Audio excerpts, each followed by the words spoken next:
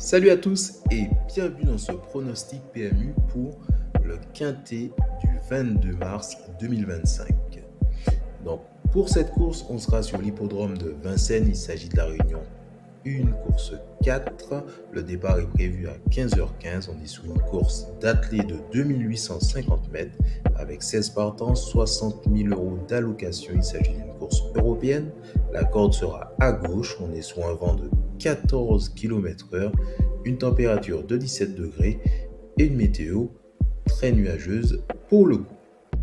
Sur la course du 21 mars 2025, nous avions un bonus 4 sur 5, donc c'était super intéressant.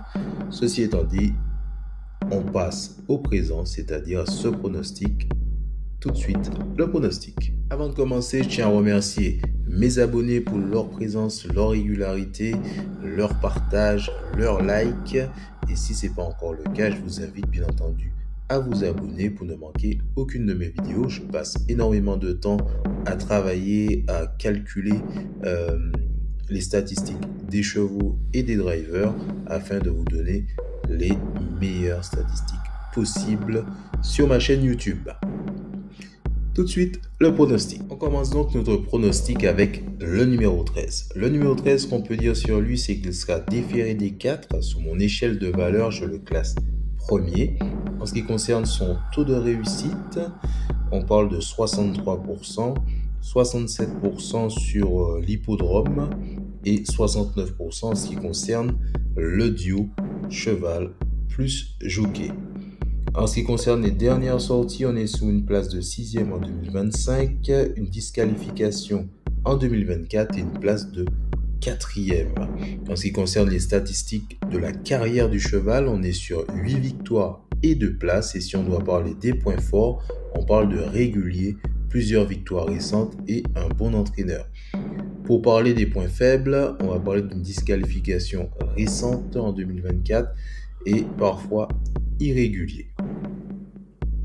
Place au numéro 16. Le numéro 16 qui sera déféré des 4. Sous mon échelle de valeur, je le classe 10e sur 10.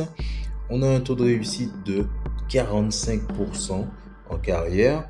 Sous ces dernières sorties, on peut parler d'une place de 3e, 8e et 1er en 2025. Le taux de réussite, quant à lui, sur l'hippodrome est de 33%. Et le taux de réussite du duo est de 55%. En ce qui concerne la carrière de ce cheval, on est sur 8 victoires et 7 places. Si on doit parler des points forts, on parle qu'il a montré de belles performances avec plusieurs victoires.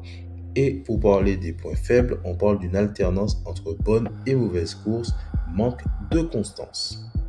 On enchaîne donc avec le numéro 10 qui ne sera pas déféré sur cette course. Ce numéro 10, sous mon échelle de valeur, je le classe 3e avec un taux de réussite de 45% en ce qui concerne sa carrière, un taux de réussite de 41% sur l'hippodrome et un taux de réussite de 40% en ce qui concerne le duo cheval plus jockey. Sous ces dernières sorties à ce numéro 10, on parle d'une belle partition avec une place de 5e, 3e et 5e en 2025. Si on doit parler des statistiques de carrière de ce cheval, on est sur 6 victoires et 3 places. Et pour parler des points forts, on parle d'expérimenté qui a déjà gagné et surtout qu'il possède un bon driver. Les points faibles, quelques disqualifications parfois en retrait. Place maintenant au numéro 6. Ce qu'on peut dire sur le numéro 6, c'est qu'il est déféré des 4. Ce numéro 6, sur mon échelle de valeur, je le classe 4e avec un taux de réussite de 63% en carrière, 43% sur l'hippodrome et 63% en ce qui concerne le duo cheval plus jockey. Sous ces dernières sorties, on parle d'une place de premier en 2025. En 2024, par contre, on a une disqualification et une place de premier.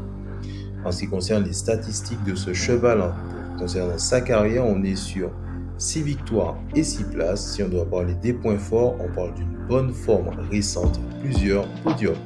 Point faible, manque un peu de régularité, parfois difficulté face à de fortes oppositions.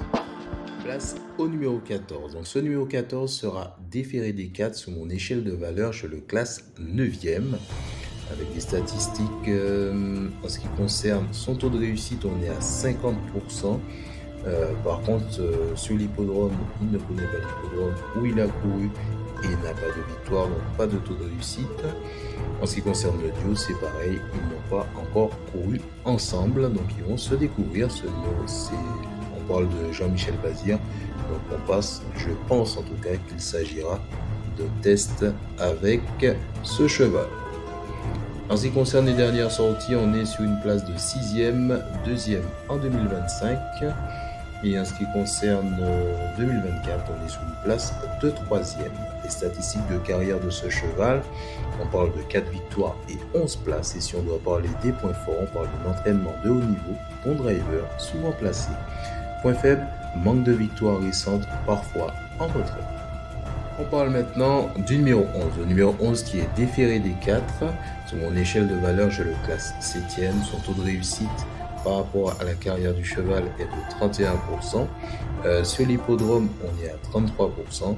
Et par contre, en ce qui concerne le duo, on est sur 2 courses, mais pas de victoire et pas de place, donc à 0%.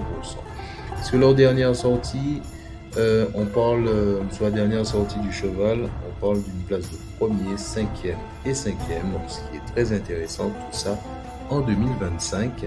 En ce qui concerne les statistiques du cheval, on est sur 4 victoires et 4 places.